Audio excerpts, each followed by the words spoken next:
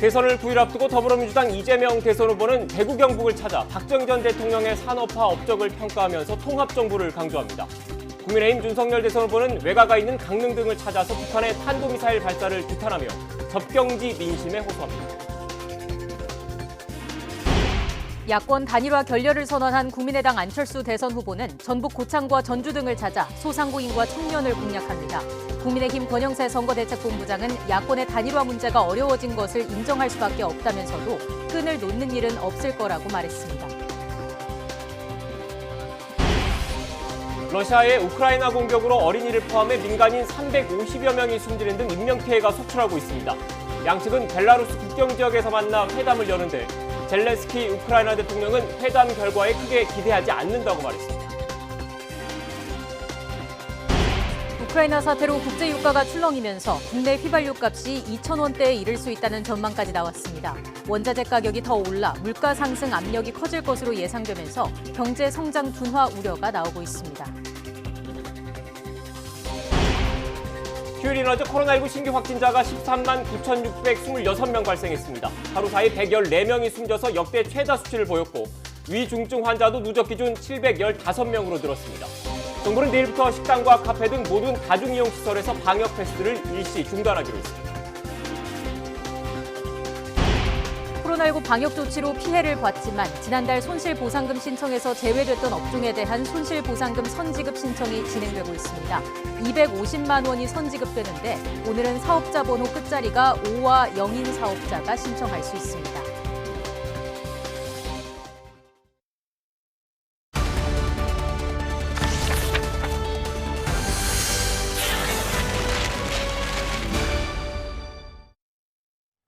시청자 여러분 안녕하십니까? 뉴스앤 이슈 시작합니다. 20대 대선이 9일 앞으로 다가왔습니다. 표심을 잡기 위한 각 후보의 경쟁도 갈수록 치열해지고 있습니다. 오늘 뉴스앤 이슈는 먼저 정치권 움직임을 집중적으로 살펴보겠습니다. 국회에 나가 있는 김영수 앵커 나와주시죠. 네, 저는 국회에 나와 있습니다. 저희가 국회 앞에 특별 스튜디오를 마련했습니다. 먼저 스튜디오 주변 모습 잠시 보여드리겠습니다. 네, 넓은 잔디밭을 지나면 제 뒤쪽으로 바로 국회 본관이 있습니다. 본회의와 상임위가 열리는 곳이고요. 각 당의 지도부들도 자주 모이는 곳입니다. 지금 이렇게 고요한 것 같지만 이곳에서 여야는 집권 여당의 자리를 지키고 또 뺏기 위해서 막판 선거 전략을 고심하고 있습니다. 저희는 오늘부터 대선이 끝날 때까지 이곳에서 시시각각으로 변하는 선거 상황을 발빠르게 전해드리겠습니다. 네, 이번에는 주요 후보들의 유세 일정 알아보겠습니다. 대선이 전해드린 것처럼 오늘로 꼭 9일 앞으로 다가왔습니다. 민주당 이재명 후보는 자신의 고향이자 열세 지역인 대구 경북 지역을 집중적으로 공략합니다. 국민의힘 윤석열 후보는 모친의 고향인 강원 지역을 돌면서 유세를 펼칩니다. 저희 취재기자들이 각각 현장에 나가 있습니다. 먼저 이재명 후보 상황 전해줄 송재인 기자 지금 어디 있습니까? 할 수 있는 사람 누굽니까? 네, 경북 포항 유세 현장입니다. 생활이 아니고 생전이었습니다. 네, 윤석열 후보 유세 현장도 불러보겠습니다. 엄현주 기자. 네, 강원 동해 유세 현장입니다. 네, 먼저 이재명 후보 상황부터 알아보겠습니다. 송재인 기자, 이재명 후보는 어제 PK 지역에 이어서 오늘은 TK 지역을 흐른 거죠?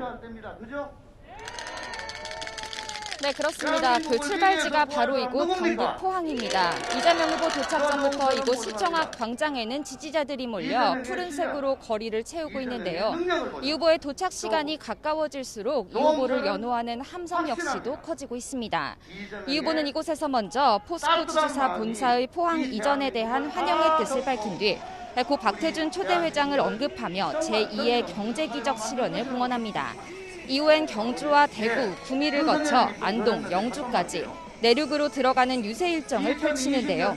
오후 유세 가운데 주목되는 건 역시 최대 취약 지역 가운데 하나로 꼽히는 대구입니다. 이 후보는 지난해 12월 대구를 찾아 박정희 전 대통령의 산업화 성과를 언급하며 비비지게 해달라고 표심을 자극한 적도 있죠. 오늘은 남부 수도권 구상을 밝히며 지역 표심을 파고드는 동시에 어제 민주당이 당론으로 결의한 정치개혁안에 대해 연설하며 통합을 향한 대구 시민들의 지지를 호소합니다. 이후 구미유세에서는 박정희 전 대통령과 자신의 공통분모로 강력한 추진력을 내세우며 민생 실용개혁을 다짐하는데요. 저녁엔 고향인 안동에서 펼치는 유세도 오늘의 주요 일정 가운데 하나입니다. 경북 지역 청년 4천여 명의 지지 선언과 함께 안동 출신 대통령을 만들어달라고 호소할 계획입니다. 이 후보는 마지막 일정으로 어제 윤석열 후보가 단일화 기자회견을 이유로 유세를 당일 취소했던 영주를 찾아 공략합니다. 다음 국민의힘 윤석열 후보 일정 현장으로 가보겠습니다. 엄민주 기자, 윤 후보 일정 시작됐습니까? 네, 윤석열 후보의 첫 일정은 제가 나와 있는 이곳 강원 동해에서 시작합니다. 아직 윤 후보는 현장에 도착하지 않았는데 보시는 것처럼 거리에는 인파가 매우 가득 찼습니다. 유세 한참 전부터 지지자들이 삼삼오오 모였는데 잠시 뒤 윤 후보는 연단에 서서 이 동해를 위한 지역 공약을 내놓을 예정입니다. 어제부터 경북, 강원, 지역 1박 2일 일정을 보내고 있는 윤 후보. 오늘은 강원도 동해를 시작으로 강릉, 속초, 천, 춘천을 잇따라 방문합니다. 대선이 불과 4일 앞으로 다가왔지만 여전히 지지율은 초박빙 양상으로 치닫고 있는 상황에서 아직 표심을 정하지 못한 부동층이 많은 강원도를 끌어안겠다는 의도로 풀이됩니다. 무엇보다 강원도는 접경지대를 중심으로 안보 여론에 민감한 만큼 윤 후보는 민주당과 이재명 후보의 안보 정책을 비판하고 힘을 통한 평화 구축을 강조하며 강원 민심을 두드릴 것으로 보입니다. 특히 강원도는 윤 후보에게 특별한 의미가 있는 곳이기도 하죠. 바로 강릉에 윤 후보의 외가가 있어 윤 후보도 이 점을 부각해 지역 민심을 자극할 계획입니다. 이후 윤 후보는 속초로 향해 시장 민심을 듣고 튼튼한 안보가 뒷받침하는 강원경제특별자치구 수립을 내세우고 동서 고석화철도 조기 완공을 약속합니다. 다음 일정으로는 홍천에서 지역 유권자들을 향해 애국과 안보의 신념을 정한 뒤 춘천으로 이동해 강원도민에게 정권교체 개의를 강조하며 일정을 마무리합니다. 다만 단일화 해동 여부가 앞서 언급한 오늘 하루 일정의 변수로 작용될 것으로 보입니다. 어제 윤 후보가 안철수 후보에게 장소와 시간만 정해준다면 언제든 만나겠다고 공개적으로 제안한 만큼 극적으로 후보 간 담판이 이뤄진다면 오늘 진행될 강원 일정 역시 변동될 가능성이 매우 큽니다.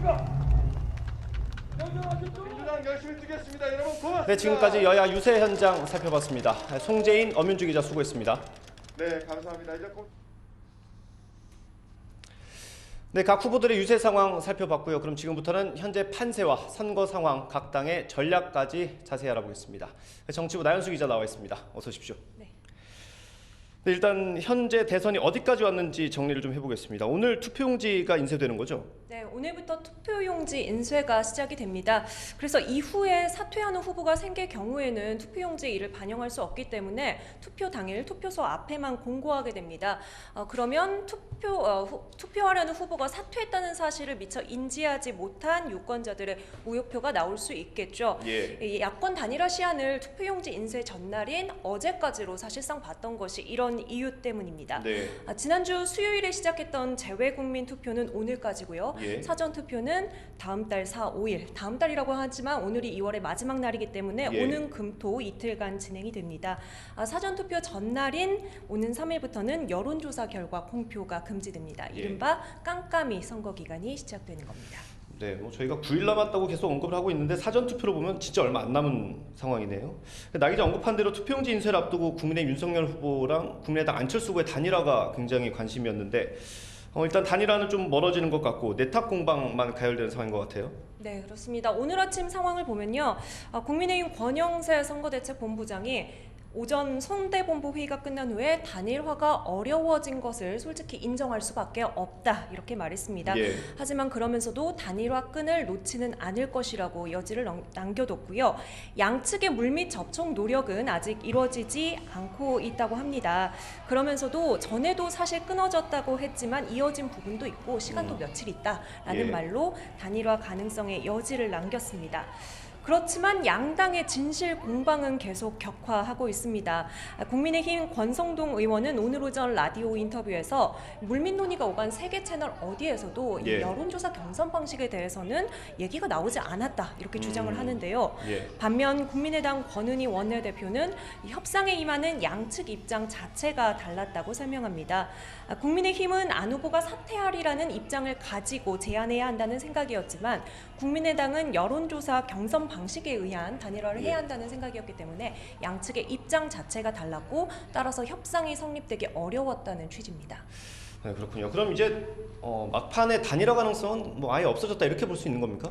글쎄요. 일단 국민의힘은 오늘 밤에 긴급 의원총회를 열어서 지금까지 단일화 협상 과정을 의원들과 공유하고 예. 앞으로의 선거 전략을 논의하겠다고 합니다. 이후에 양측 논의가 긴박하게 돌아가고 국민의당 안철수 후보 입장에 변화가 생긴다면 막판에 극적인 타결 가능성을 배제할 수는 없겠죠. 네. 지난 주말 사이에 이제 양측 간의 비공개 회동이 오간 시간을 보면 토요일 오후에 2시간 그리고 일요일 새벽에 새벽 0시부터 4시까지 논의가 이루어졌거든요. 예.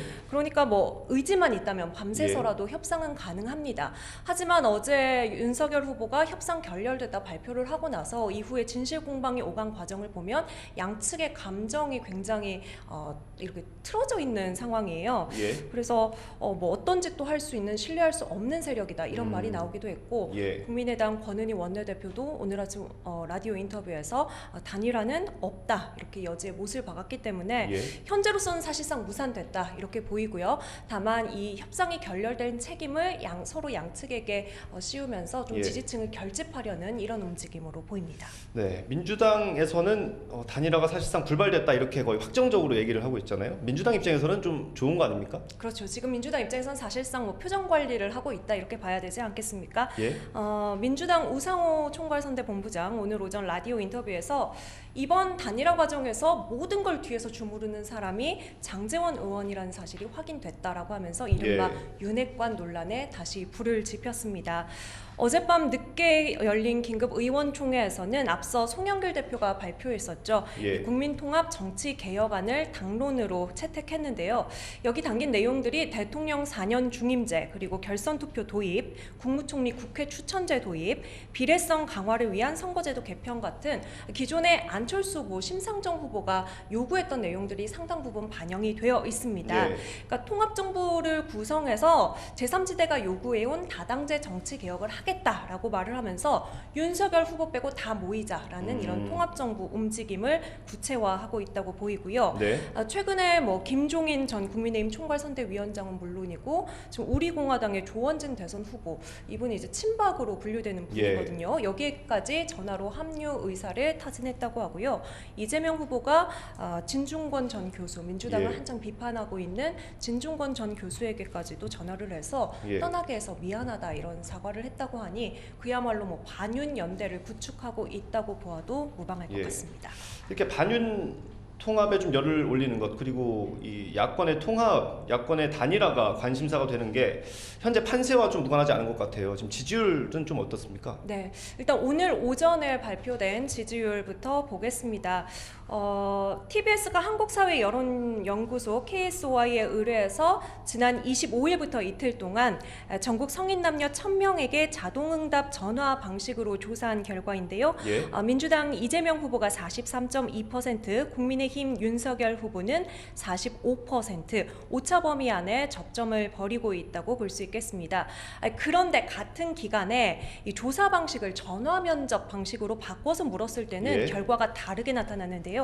이 경우에는 이재명 후보가 43.8%, 윤석열 후보가 36.1%로 오차 범위 밖에서 이 후보가 앞서고 있는 것으로 집계됐습니다. 오늘 아침에 민주당 우상호 총괄선대본부장이 라디오 출연해서 추세로 보면 우리가 상승세다. 그리고 큰 악재가 없다면 이런 상승세가 이어질 거다. 이렇게 자신감에 넘치는 발언을 한 것도 바로 이런 여론조사 결과에 따른 것으로 보입니다. 그런데 또 최근 다른 조사들 보면은 이렇게 민주당이 안심할 상황은 아니에요. 한국리서치가 KBS에 의뢰해서 지난 24일부터 26일까지 사흘간 지지도 조사한 걸 보면요. 39.8% 대 39.8% 지지율 동률이 네, 나왔습니다. 똑같이 나왔네요. 네, 이렇게 나오기도 어려울 것 같죠. 네. 그리고 CBS 의뢰로 서던포스트가 지난 26일 조사한 결과에서는 이재명 후보가 40%, 윤석열 후보가 40.4%네요. 격차는 불과 0.4% 포인트입니다. 예, 거의 비슷하게 나왔고요. 이것도. 그렇죠. 뭐 한 여론조사 전문가는 이런 차이를 뭐 깻잎 반의 반장차 예. 이렇게 표현을 하기도 하던데요. 오늘 아침 국민의힘 권영세 성대 본부장이 최근 여론조사에서 저희가 유리하지만 뭐 언제든 바뀔 수 있고 일방적인 우세는 아니다라고 말했습니다. 그러니까 누가 우세하느냐를 놓고는 서로 이제 자기에게 유리하게 해석을 하는 것 같은데 일단 2월 한 달간의 윤석열 후보가 뭐 비교적 우세의 흐름에 놓여 있었다면 지난 한 주 흐름의 변화가 생긴 것은 조금 분명해 보입니다. 네, 이번 대선의 특징을 좀 뽑아보자면 역대급 비호감 대선이라는 게 하나 있을 것 같고요. 또 초박빙 대선이라는 걸 뽑을 수 있을 것 같아요. 이런 초박빙 판세가 이전 대선에서 있었습니까? 그래서 저희도 좀 궁금했거든요. 예. 보통 대선 열을 남겨놓고 이렇게 판세를 가늠하기 힘들었나. 그래서 직선제가 부활한 1987년부터 지난 제19대 대선까지 좀 지지율의 추이를 쭉 분석을 해봤습니다. 예. 그랬더니 보통 대선 열흘 전이면 비교적 우위에 있는 후보가 누구인지 드러났고요. 예. 그걸로 판세를 읽었고 이 판세가 선거 결과에 정확히 반영이 됐었습니다. 예. 안개 속 판세로 불렸던 거는 지난 2012년 제18대 대선 때인데요.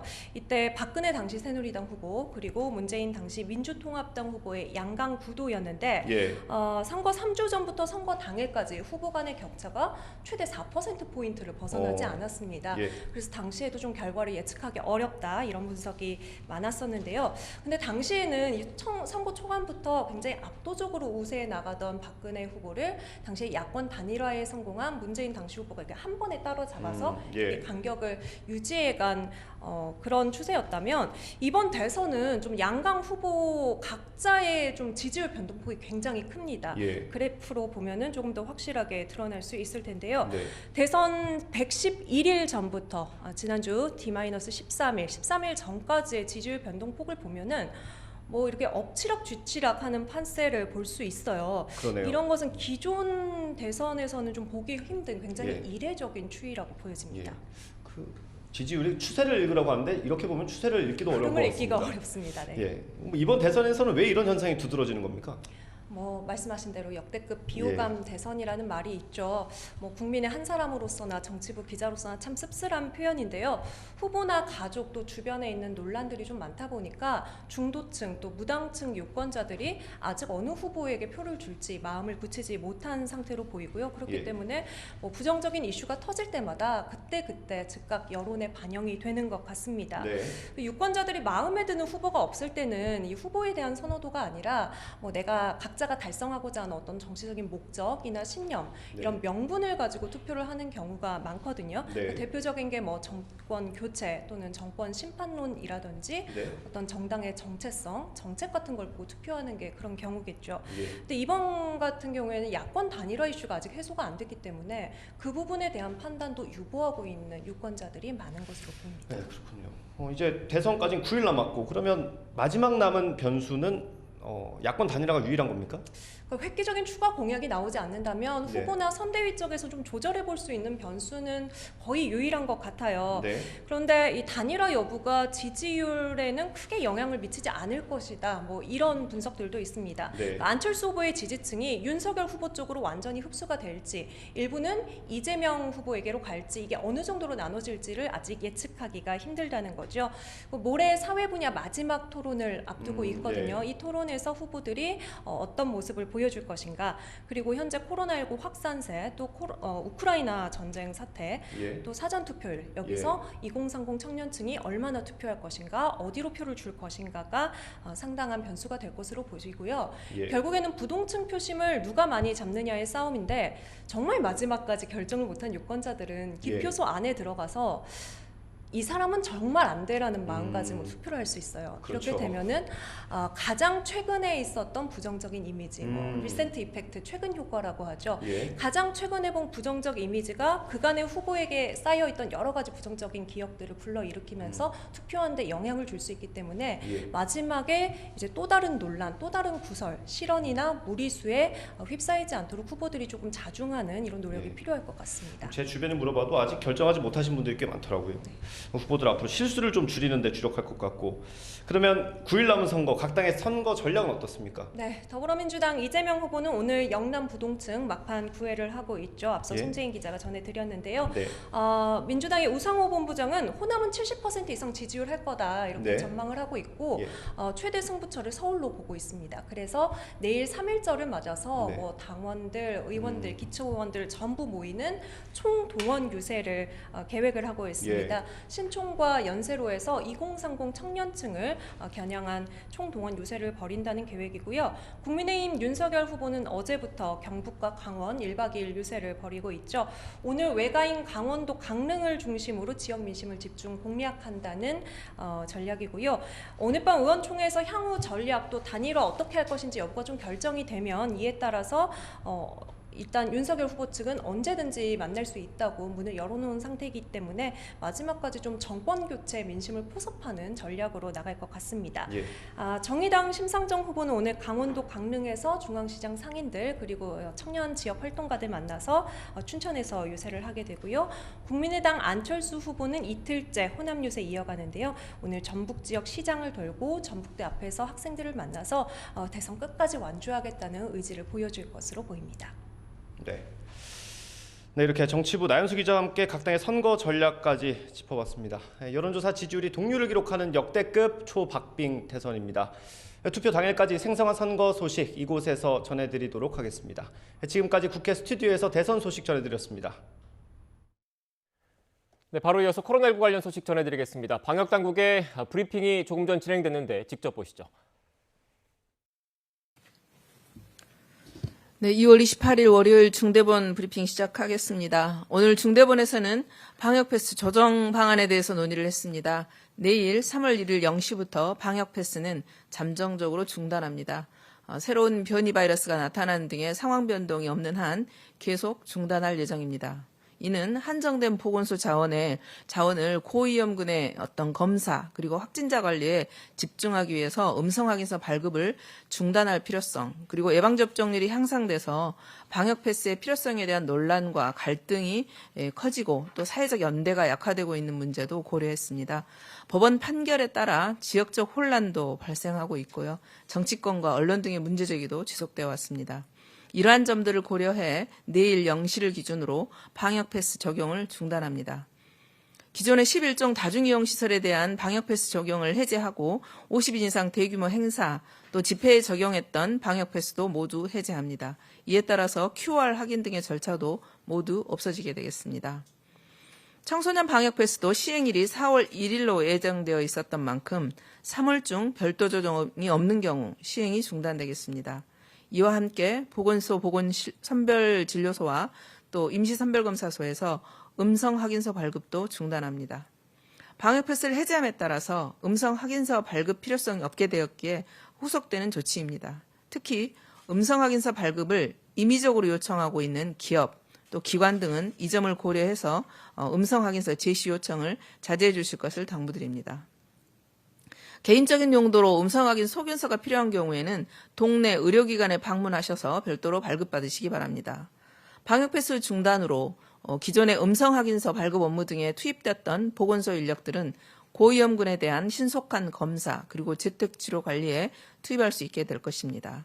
이를 통해서 오미크론 대응을 보다 강화하고 업무 지연 등 국민분들께 끼쳤던 불편함이 발생하지 않도록 최선을 다하도록 하겠습니다.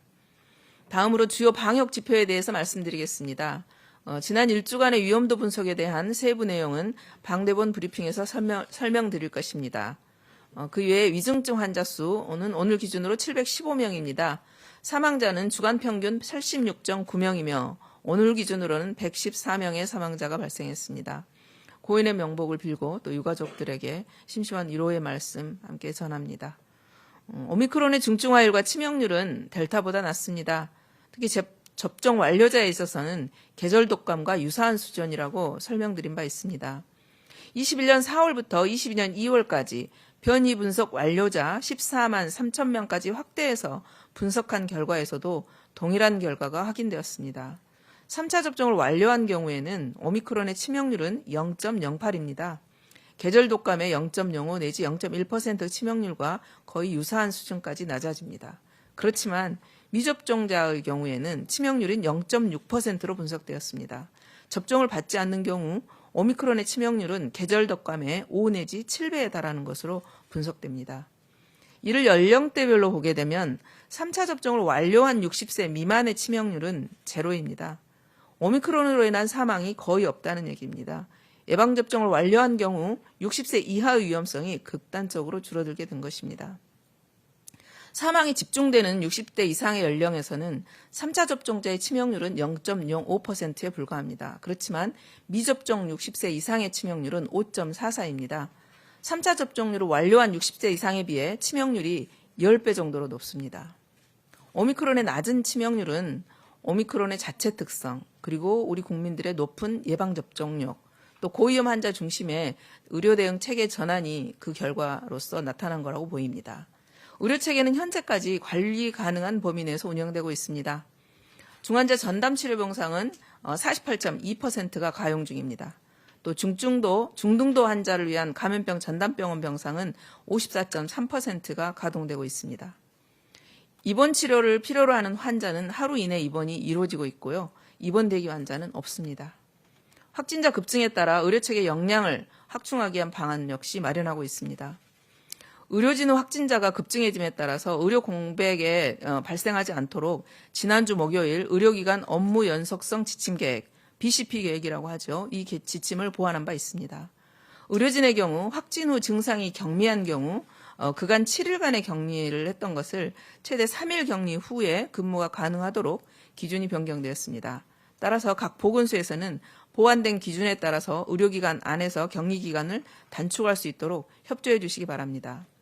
또한 18세 이하 소아청소년 확진자가 증가하고 있습니다. 이에 비해서 소아청소년 환자 진료 역량 또한 확충을 해야 합니다. 그래서 소아 환자 관리를 위한 거점 소아 의료기관을 지정했고요. 소아 전문 응급의료센터도 구축하고 있습니다. 아울러 소아 환자의 외래 진료 인프라 확충을 위해서 지속적인 노력과 준비 차질 없이 진행하겠습니다. 오늘부터 보건소에 총 3,000명의 중앙부처 인력이 파견됩니다. 이분들은 보건소에서 기초 역학조사와 문자 발송 등의 업무를 담당하게 됩니다. 오늘은 총 42개 중앙부처에서 2,474명이 파견됩니다. 나머지 526명은 순차적으로 3월 2일부터 보건소에 파견될 예정입니다. 이를 통해서 확진자 급증으로 보건소 업무가 가중되고 있는 상황에서 중앙부처와 지자체가 협력함으로써 보건소의 업무 부담이 줄어들 것으로 기대하고 있습니다. 방역 패스는 중단됐지만 60세 이상 연령층과 미접종자분들께는 앞으로 더욱 주의를 당부드립니다. 60세 이상과 미접종자분들께서는 오미크론이 여전히 위험합니다. 앞서 설명드렸듯이 오미크론의 치명률은 계절 독감의 2배 수준이고 예방접종을 완료한 경우 계절 독감과 유사한 수준으로 낮아집니다. 그렇지만 60세 이상 연령층에서는 오미크론의 치명률이 1.29%로 계절 독감과 비교해서 10배 이상 높습니다. 또한 미접종자는 12세 이상의 5.8%에 불과한 소수이지만 지난 8주간 중환자의 59.6%, 사망자의 60.2%를 점유하고 있습니다. 앞으로 방역 패스를 통한 감염 예방 등 보호 조치가 중단되기 때문에 미접종자분들께서는 스스로 오미크론 유행에 대비해 주의를 기울여 주실 것을 다시 한번 당부드립니다. 60세 이상과 미접종자분들께서는 꼭 접종에 참여해 주시고 일상생활에서 각자 방역 수칙을 잘 준수해 주시기를 다시 한번 당부드립니다. KF94 마스크를 착용해 주시고 손 씻기, 환기 등을 자주 해 주시기 바랍니다. 정부도 모든 총력을 다해 새로운 방역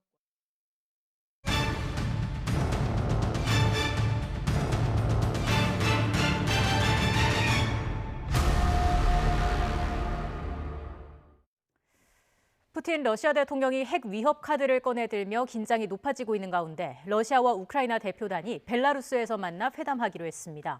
외신에 따르면 양측 대표단은 현지 시각 27일 오후 벨라루스 고멜 지역에서 회담을 개시하기로 했지만 하루를 넘긴 28일에야 회담이 시작될 것으로 보입니다.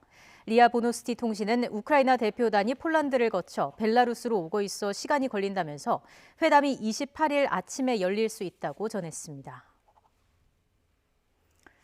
러시아의 우크라이나 침공을 규탄하는 시위가 전 세계 곳곳에서 이어지고 있는 가운데 국내 시민사회도 전쟁을 멈추고 평화적인 해결책을 모색하라고 한 목소리를 내고 있습니다. 지금 주한 러시아 대사관 앞에서 기자회견이 진행되고 있습니다. 현장에 나가 있는 취재기자 연결합니다. 신준명 기자. 네, 주한 러시아 대사관 앞에 나와 있습니다. 네, 어제는 제한 우크라이나인들이 집회를 열었는데 오늘은 국내 시민단체들이 모인 거죠? 네, 그렇습니다. 조금 전인 오전 11시쯤부터 참여연대와 민주사회를 위한 변호사 모임 등 우리나라 국내 시민사회 단체들이 이곳 주한 러시아 대사관 앞에 모여서 기자회견을 진행하고 있습니다. 주최 측 추산 참가자 50여 명은 러시아를 향해 우크라이나 침공을 멈추고 평화적 해결을 모색하라는 목소리를 높이고 있습니다. 오늘 기자회견에는 현장에 나와 있던 우크라이나인 10여 명도 동참했는데요. 지금은 러시아의 군사 공격이 우크라이나 국민의 생명과 안전을 심각하게 위협하는 행위라고 지적하는 발언을 이어가고 있습니다. 또 이를 유엔 헌장과 국제법을 위반한 선제 공격으로 규정하고 재앙적인 결과를 초래할 수 있다고 비판하고 있습니다. 이후엔 다이인 퍼포먼스, 그러니까 집회 참가자들이 사망한 것처럼 바닥에 눕는 방식의 항의 시위를 진행합니다. 기자회견 마지막에는 주한 러시아 대사관에 국내 시민사회단체의 성명을 전달할 예정입니다. 어제는 이곳 주한 러시아 대사관 앞에 제한 우크라이나인 수백 명이 모여 러시아의 침공을 규탄했는데요. 이들은 우리나라가 러시아에 대한 경제 제재에 동참한 것에 감사하다면서 앞으로도 한국이 우크라이나의 상황을 널리 알려 국제사회도 제재에 동참할 수 있도록 도와달라고 요청했습니다. 국제시민사회에서도 전쟁을 반대하는 목소리가 이어지고 있습니다. 멕시코에선 피 묻은 웨딩드레스를 입은 시위대가 러시아 대사관 앞을 행진하며 침공 중단 시위를 벌였고, 이탈리아 시민들은 두오모 대성당 광장에서 대형 무지개 깃발을 흔들며 러시아를 규탄했습니다. 오늘도 제한 우크라이나인들은 이곳에서 1인 시위를 진행할 예정입니다. 제한 우크라이나인들은 어제를 시작으로 러시아가 우크라이나에서 철수할 때까지 주한 러시아 대사관 앞에서 매주 집회를 열 계획입니다. 지금까지 주한 러시아 대사관 앞에서 YTN 신준명입니다. 우크라이나 사태에 안 그래도 공급 부족의 오름세였던 국제 유가가 출렁이고 있습니다. 국내 휘발유 값이 2,000원대에 이를 수 있다는 전망까지 나왔습니다. 주유소 현장에 나가 있는 취재기자 연결합니다. 권남기 기자.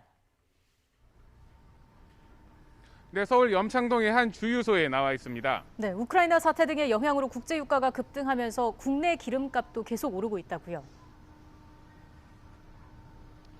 네, 그렇습니다. 국내 휘발유 값이 6주 연속 올랐습니다. 제 뒤로 주유소 가격이 보이실 텐데요. 지난주 전국 평균 휘발유 값은 리터당 1,740원에 육박했고, 서울과 제주의 경우 리터당 1,800원을 넘겼습니다. 국제 유가가 오르면서 국내 휘발유 값도 덩달아 뛰는 겁니다. 그동안 공급 부족의 오름세였던 국제 유가가 러시아의 우크라이나 침공 이후 더욱 출렁이고 있습니다. 일부에선 국제 유가가 배럴당 120달러까지 오르며 국내 휘발유 가격이 리터당 2,000원을 넘어설 수 있다는 전망까지 나왔습니다. 세계 3위 산유국인 러시아의 원유 수출이 영향을 받아 공급이 더욱 줄어들 수 있다는 우려 때문입니다. 실제로 국제 유가는 최근 장중 100달러를 넘기기도 했는데요.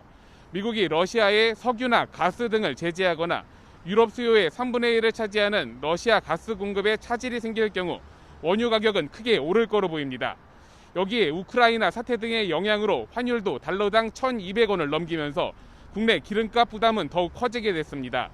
이 같은 나라박 사정에 국내 경제의 불확실성은 더욱더 짙어지는 모습입니다.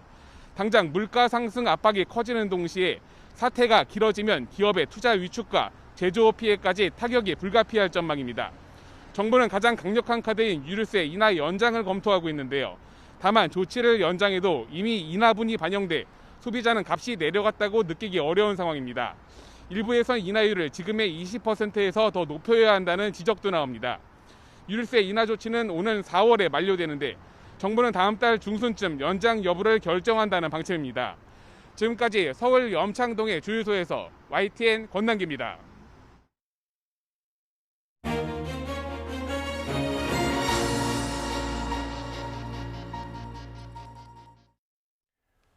러시아의 우크라이나 침공, 현지 시간 기준으로 오늘로 닷새째가 됐습니다. 유엔의 긴급 특별 총회도 소집됩니다.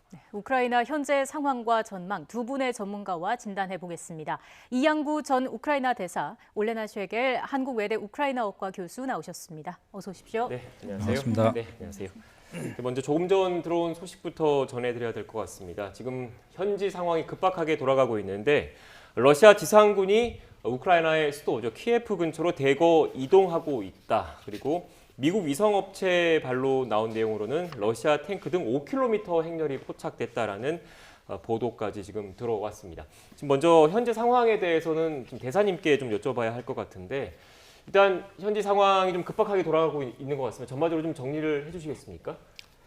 네, 방금 말씀드린 대로 우크라이나 상황이 상당히 지금 중요한 국면에 들어간 것 같고요. 예. 또 푸틴 대통령이 당초 의도한 거는 5일에서 7일 정도 단기 속전속결을 이제 추구하고 있는데 생각보다 이제 우크라이나의 저항이 상당히 심각하고 또 역시 이제 성부는 수도 키예프를 러시아가 이제 빨리 장악을 해서 정치적인 협상과 타협을 보는 게 가장 관건이라고 보여지는데요. 정말 이게 이제 전선이 확장됨으로 인해 가지고 국제 여론도 환기가 되고 예. 또 러시아에 대한 제재 조치도 강화되고 또 나토 회원국 일부는 우크라이나에 대한 군사적인 지원까지 좀 하고 있는 그런 마당에서 어떻게 보면 러시아가 조금 더 위기감이 느껴지는 것 같고 빨리 수도를 좀 장악해서 조기에 좀 이런 상황을 좀 타결해 보려는 그런 조치가 아닌가 생각됩니다. 네, 이어서 질문 한 가지만 더 드릴게요. 계속해서 지금 움직임이 포착이 되고 있는 상황인데 여기에 푸틴 대통령이 핵 위협 카드를 꺼내들면서 상황이 더 좀 안 좋아지고 있는 모습입니다. 우크라이나 핵시설 두 곳도 실제로 공격을 받은 거죠? 언론 보도에 의하면은 우크라이나의 핵 폐기물 두 곳을 좀 공격을 받았다고 전해지고 있고요. 예. 그러나 이제 방사능 유출 여부가 있는지는 좀 확인 중에 있고. 예, 그렇습니다. 이제 왜 또 푸틴 대통령이 이제 핵무기까지 이제 언급을 하는가? 러시아 입장에서는 당초보다 지금 나토 일부 회원국들이 직접적인 군사 개입은 안 하지만 우크라이나 여러 가지 이제 군사적인 장비 같은 거 지원을 하고 또 우크라이나의 저항이 이제 커지고 하니까 그런 차원에서도 푸틴의 또 이런 카드를 꺼낸 게 아닌가 생각됩니다. 예. 네. 지금 이렇게 우크라이나 현지 상황이 급박하게 돌아가고 있습니다. 관련해서 우리 정부의 입장도 추가로 나온 게 있는데요. 관련 속보를 먼저 좀 전해드리겠습니다. 문재인 대통령이 오늘 참모회의에서 러시아에 대한 국제 제재에 동참하면서 제재로 인해서 발생할 수 있는 문제에 대해서 대응 방안을 확실하게 마련해달라고 말했습니다. 또 문 대통령은 우크라이나에 대한 인도적인 지원을 신속하게 강구하라고 지시했습니다.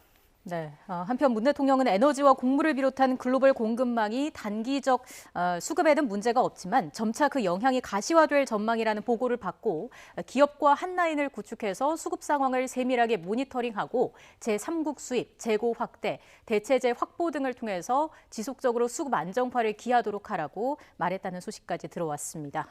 네, 일단 문재인 대통령 우리 정부 방침을 좀 다시 한번 설명을 했습니다. 제재에 동참을 하면서 그에 대한 대응 방안을 확실하게 마련을 하고 또 우크라이나에 대한 인도적 지원을 신속하게 강구하라고 지시했다라는 내용이 있어서 지금 교수님께 이 질문을 드리겠습니다. 지금 현재 가족분들이 고국에 계시는 거죠? 네네, 저희 아버님, 어머님, 여동생, 어린 조카가 있습니다. 네, 지금 수도 키예프에 거주 중이신가요? 지금 키예프 시내에서 벗어나서 근처 이제 외곽지에 친구네 집에서 지내고 있으면서 주로 이제 지하실에 내려가서 지하실에서는 이제 잠을 제대로 못 자지만 지내고 있습니다. 네, 현지와는 좀 연락이 잘 이루어지고 있습니까? 끊겼다가 또 연락됐다가 그런 상황인데 연락이 이렇게 끊기면은 정말 굉장히 이제 악몽과 같은 시간이 되는 거죠. 예. 그래서 그 집에서는 지금 우리 가족이랑 이제 그 친구 가족 두 분, 이제 노인 부부가 있고 또 다른 노인 부부 둘이 또 이렇게 와서 이렇게 세 가족이 같이 지내고 있는데 노인 남자 3명인데 모기는 해봤자 이 4년 전 하나밖에 없습니다. 네. 그래서 제가 어제 어머님이랑 이제 그 문자를 주고받고 이제 밤에 그러고 있었는데 어머님한테 한국에서는 많은 분들이 응원을 해주고 있다고 이렇게 계신다고 그런 의미로 남산타워 등 이제 서울 곳곳에서 우크라이나 국기의 색깔을 이렇게 띄우고 있다 이런 이제 사진을 보냈는데 우리 어머님이 이제 답변을 보내시는데 그런 마음은 정말 고맙지만은 우리한테 지금 필요한 거는 전투기와 무기이다 이렇게 이제 답변을 해주신 겁니다. 그래서 정말 마음이 아팠고요. 그래서 우리는 끝까지 이게 맞서고 싸우고는 싶은데 맨손으로는 어떻게 싸울 수 있겠나 이런 얘기를 하셨습니다. 네, 얼마나 마음이 좀 안 좋으실까요? 그리고 또 이 부분을 좀 여쭤보고 싶었는데 우리가 일반적으로 키예프라고 얘기를 하는데 이게 우크라이나에서는 발음이 다르다고 들었습니다. 네네, 우크라이나에서는 키이우이라고 합니다. 키이우요. 예, 예. 키예프는 예전부터 이제 러시아식 발음인데 아무리 그래도 이제 전 세계적으로는 우크라이나에 대해서 20세기에는 우크라이나는 소련의 지배를 받고 있었기 때문에 러시아를 통해서 이렇게 일반적으로는 러시아식 발음으로 많이 알려져 있는 상황인데 지금 우크라이나가 이렇게 러시아 공격받고 있는 상황에서 계속 우리가 러시아식 발음에 우리 지면이라든가 이런 거를 들어야 한다는 거는 굉장히 이제 또 하나의 상처가 좀 크게 납니다. 네. 지금 일단 교수님께서 말씀하신 대로 일반적으로 키예프 언론사들이 많이 얘기를 하는 게 많이 알려져 있는 지명을 저희는 또 국립국어원의 외래어 포기법에 근거해서 이렇게 얘기를 하고 있는데 또 저 잘 몰랐던 사실을 또 교수님께서 말씀을 해주시니까 또 새로운 내용을 알게 되는 것 같습니다. 네, 알겠습니다. 일단 지금 현지 상황이 급박하게 돌아가고 있는데 이 문제가 이렇게 또 그 악화 일로로 치닫고 있는 근본 원인에 대해서 한번 좀 짚어봐야 할 것 같은데 대사님, 일단 러시아의 이렇게 전격적인 침공 가장 큰 이유는 뭐라고 봐야 되겠습니까? 뭐 가장 큰 침공 이유는요. 그 우크라이나가 이제 91년 그 구소련으로부터 독립은 했지만 그 외교안보 주권은 완전히 회복을 하지 못했어요. 그래서 우크라이나는 이제 외교안보 주권까지 회복하겠다. 그래서 이제 그게 이제 EU하고 나토하고 이제 가입을 해서 우크라이나가 어떤 그 유럽의 스탠다드에 맞추는 좀 국가 발전을 이루겠다는 게 이제 우크라이나의 가장 큰 동기고, 러시아는 이제 그 러시아 영향권으로부터 우크라이나 이탈하는 것에 대해서는 절대 이제 용납할 수 없다는 그거고, 뭐 또 하나는 이제 지정학적인 차원에서 러시아가 뭐 특히 푸틴 대통령의 이제 제국의 부활이라든지 러시아 영향권 확대를 계속해서 이제 추구해 왔고요. 그런 가운데 이제 좀 그 미국의 약간의 좀 어떤 그 고립주의 회기, 또 유럽하고 미국 간의 약간 그 어떤 디바이드된 그런 그 힘의 공백 그 어떤 그 틈새가 푸틴 대통령이 상당히 놓치지 않는 그러니까 그런 기회라고 보여집니다. 또 하나는 이제 그 러시아가 이제 그 구소련권에 확실하게 이제 그립을 잡겠다는 이게 우크라이나뿐만이 아니라 이제 발틱 3국을 제외한 모든 기타 이제 구소련권은 이번 사태를 보면서 이제 굉장히 이제 러시아에 대한 조금 더 두려움, 러시아하고 함부로 잘못해서는 안 되겠다는 그런 경각심을 갖는 계기가 되기 때문에 푸틴 대통령으로서는 뭐 발틱 3국을 제외한 나머지 이제 구소련 국가에 대해서 어떤 그 영향력 내지는 컨트롤 잡는 여러 가지 이제 목적이 있는 것 같아요. 교수님께도 좀 여쭤볼게요. 러시아 침공은 이게 유럽 안보판에서 우크라이나를 러시아에게 좀 유리한 방식으로 재편하려는 어떤 목적을 갖고 있는 거라고 봐야겠습니까? 그렇죠. 대사님이 방금 말씀을 하신 것처럼 이제 푸틴이 기존 소련의 영향권까지 이제 러시아 영향권을 확산하려고 하는 건 사실이고요.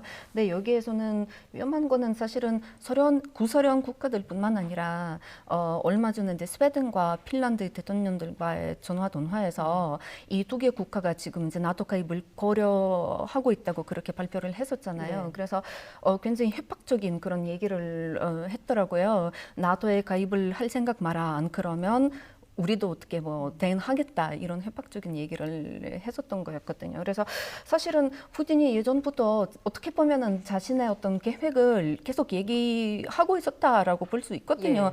그러니까 지금 독재 정권을 이어간 지가 20년 넘었잖아요. 그래서 그동안 계속 나는 소련의 붕괴를 역사적인 대참사로 생각한다. 소련의 부활을 원한다. 이런 얘기를 하는데 그때 다른 국가들은 어떻게 보면은 그것은 단지 푸틴의 어떤 개인적인 트라우마로 이렇게 받아왔거든요. 근데 이제 독재 정권이다 보니까 이 지도자의 개인적인 트라우마가 어떻게 보면은 국책으로 이렇게 이어나가게 되는 거거든요. 네, 알겠습니다.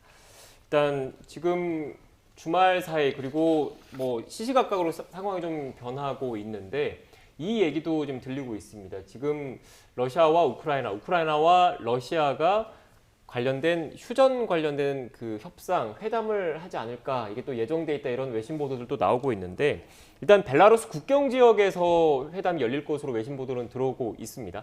협상에 대해서 지금 어떻게 전망하십니까? 결과에 대해서 대사님께서는?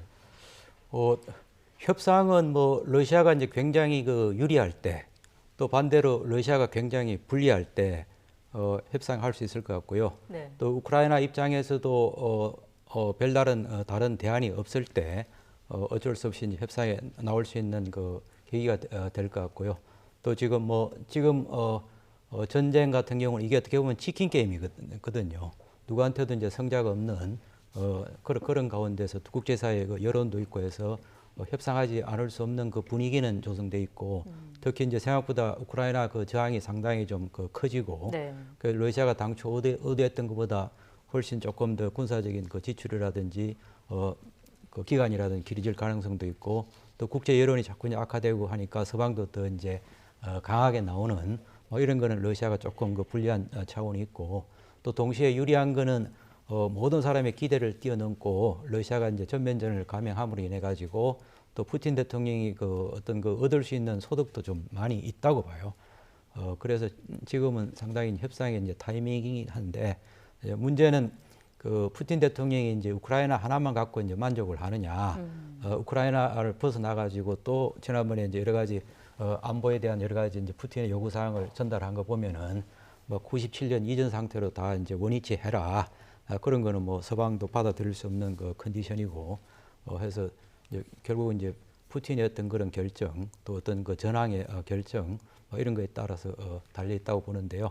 근데 zel렌스키 이제 대통령이 무조건 뭐 협상은 응하지만 지금까지 러시아가 어떤 요구하는 그런 컨디션은 우크라이나가 도저히 받아들일 수 없는 그런 요구가 많다.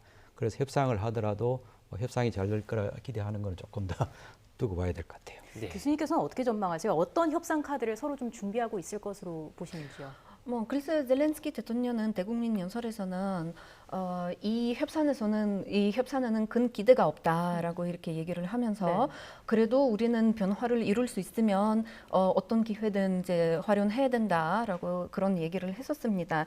하지만 저는 이제 개인적으로는 저뿐만 아니라 많은 우크라이나 국민들은 이 협상에 대해서는 굉장히 우려스럽게 보고 있거든요. 왜냐하면 이제 러시아의 협상이라는 거는 결국에는 우크라이나의 한복을 얘기를 하는 건데 우리로서는 절대로 이제 한복 받아들일 수는 없는 상황이고, 근데 이제 또 아시겠지만은 처음에는 벨로루시아에서 협상을 제안했는데 젤렌스키는 이제 아무리 그래도 그는 러시아 컨트롤하고 있는 그런 지역이라서 갈 수가 없다 이렇게 얘기를 했었고요. 결국에는 우크라이나 프리페드강 근처에서 이제 만나기로 했었는데.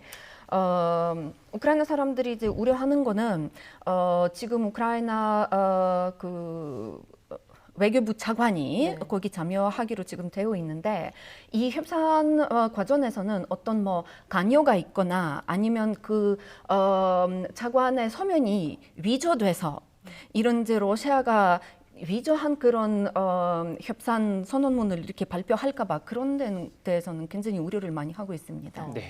제가 지금 하나만 자 협상을 하더라도 그죠. 예.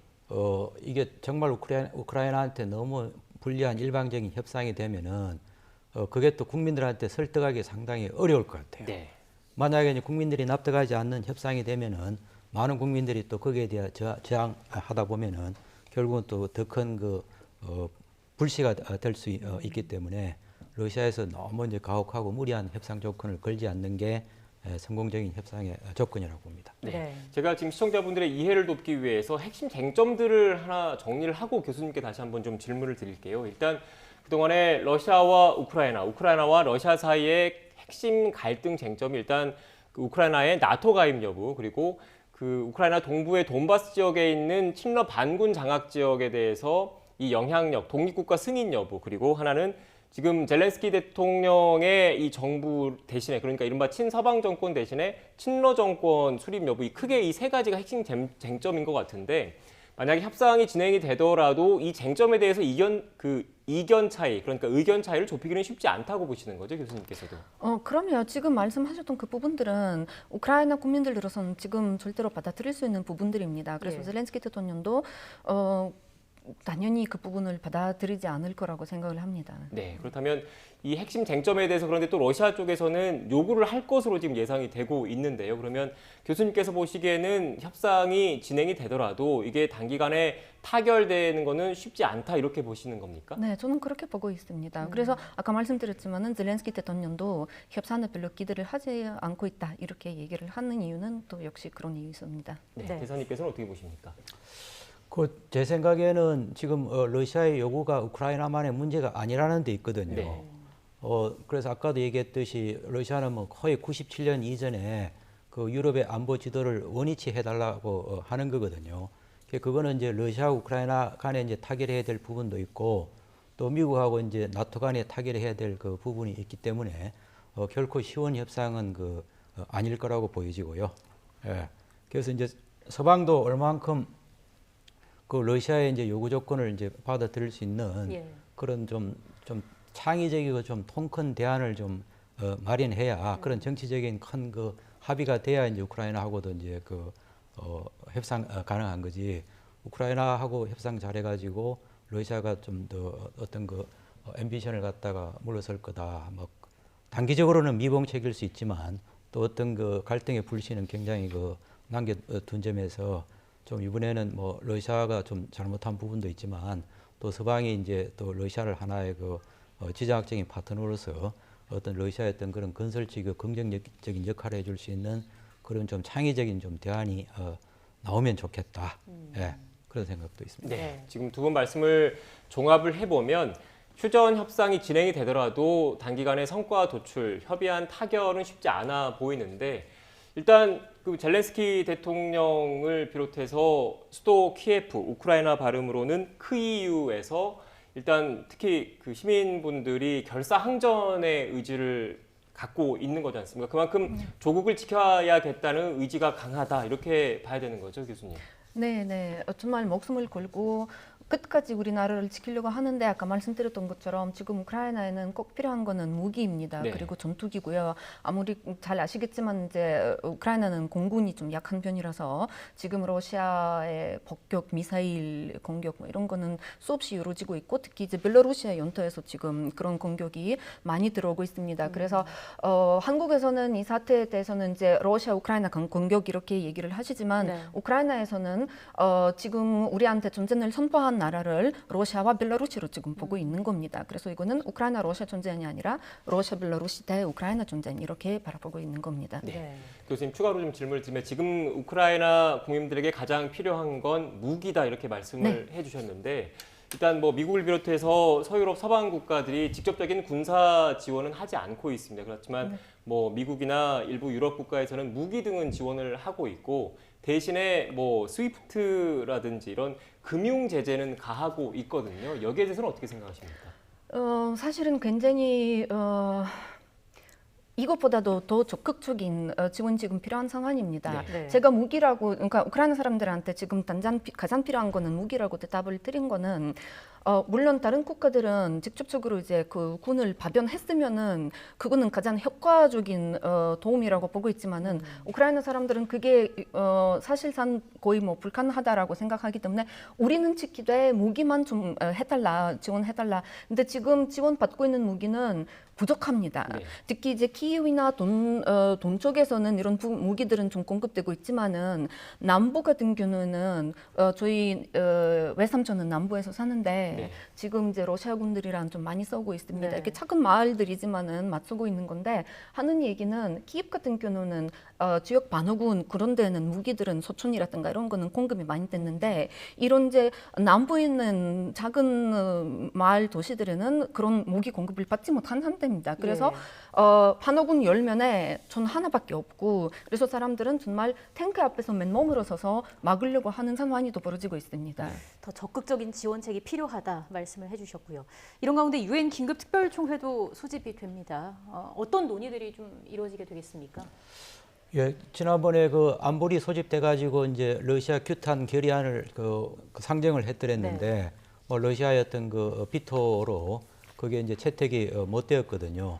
그래서 이제 유엔 긴급 총회는 그 매우 드물게 이제 이루어지고 안보리 어떤 그런 그 결함을 이제 보완하는 차원에서 이루어지는 걸로 알고 있는데요. 마지막 그게 긴급 총회가 아마 97년으로 알고 있는데 어떻게 보면은 러시아의 어떤 그 비토로 안보리 상정은 안 됐지만 안보리의 어떤 그 결함을 갖다가 이제 보완하는 한편 국제사회의 어떤 그 공론을 좀 정하는 그렇게 되면은 구속력은 없지만 건관이기 때문에 러시아의 어떤 그 전쟁 명분이 그 옳지 않다는 거 그런 것들을 국제사회에 좀 알릴 수 있는 거고 또 건관이지만 뭐 따를 수도 있고 안 따를 수도 있지만 좀 더 많은 나라들이 이제 우크라이나 지원 그게 조금 더 자유스럽게 동참할 수 있는 그런 측면에서는 충분히 효과가 있다고 봅니다. 네, 알겠습니다. 지금 교수님 고국의 가족분들 들고 얼마나 걱정이 많으실까요? 일단 하루속히 좀 전쟁이 마무리가 돼서 우크라이나 국민들 또 평화로운 일상을 되찾았으면 좋겠다는 바람을 다시 한번 전해드리겠습니다. 네, 지금까지 이양구 전 우크라이나 대사, 올레나 쇠겔 한국외대 우크라이나학과 교수 두 분과 함께 우크라이나 사태에 대한 이야기 다뤘습니다. 오늘 말씀 고맙습니다. 고맙습니다. 네, 감사합니다.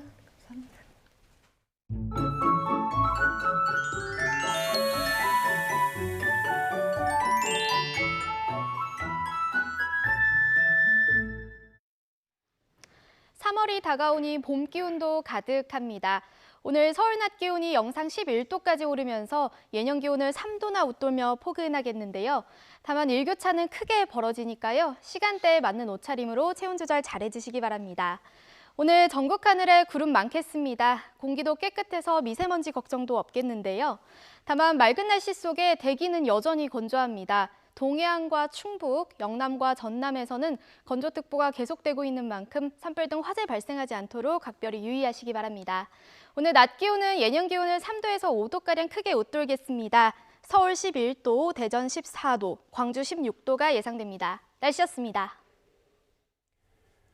뉴스 앤 이슈 2부는 정치권 소식으로 문을 열겠습니다. 저희는 잠시 뒤에 뵙겠습니다.